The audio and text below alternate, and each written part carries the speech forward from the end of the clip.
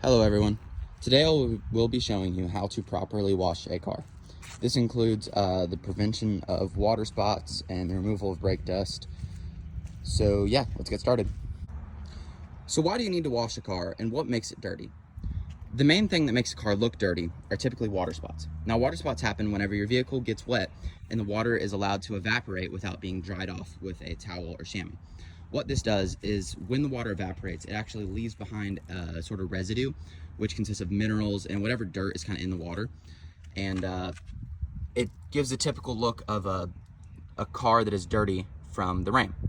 Now, another telltale sign of a car that needs washed is brake dust on the wheels, specifically the front wheels.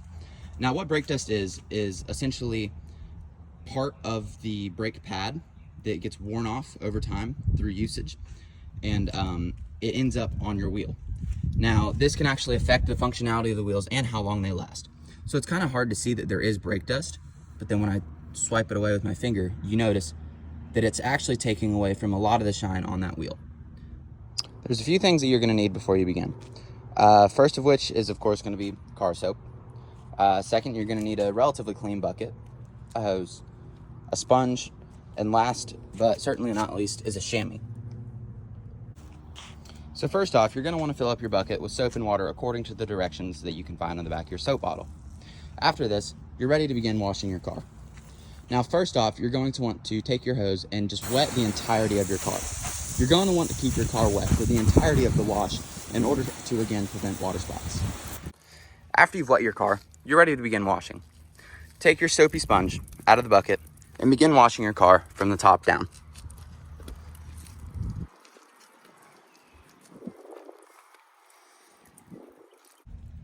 As you're washing your car, you want to be sure to periodically rinse off this part that you have just washed. This is because the soap, if you allow it to dry, will stick to the paint and will actually result in your car looking much dirtier than it should. After you finish washing your car, you're ready to begin washing the wheels. The wheels are very similar to the rest of the car, but they're a little bit tougher to remove the brake dust. You're going to want to start by wetting the wheels. Then you're going to take your soapy sponge and just begin scrubbing. Now, it may be a little bit more difficult to get between the spokes of the wheels, but it just takes a little bit extra time than washing the rest of your car. The brake dust is also a little bit harder to remove than your typical water spots that you would find on the body of your car. And if it's bad enough, your local auto parts store sells a brake dust removal spray that can assist you in this process. Now that you have finished washing your car, you're ready to begin drying it. For this, you can use a microfiber towel or a chamois that you can find at your local auto parts store.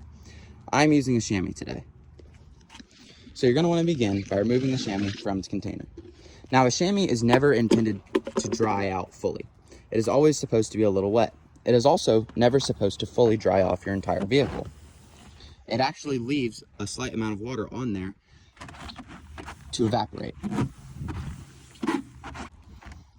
You're going to simply want to go over every piece of your car, removing all the water as necessary.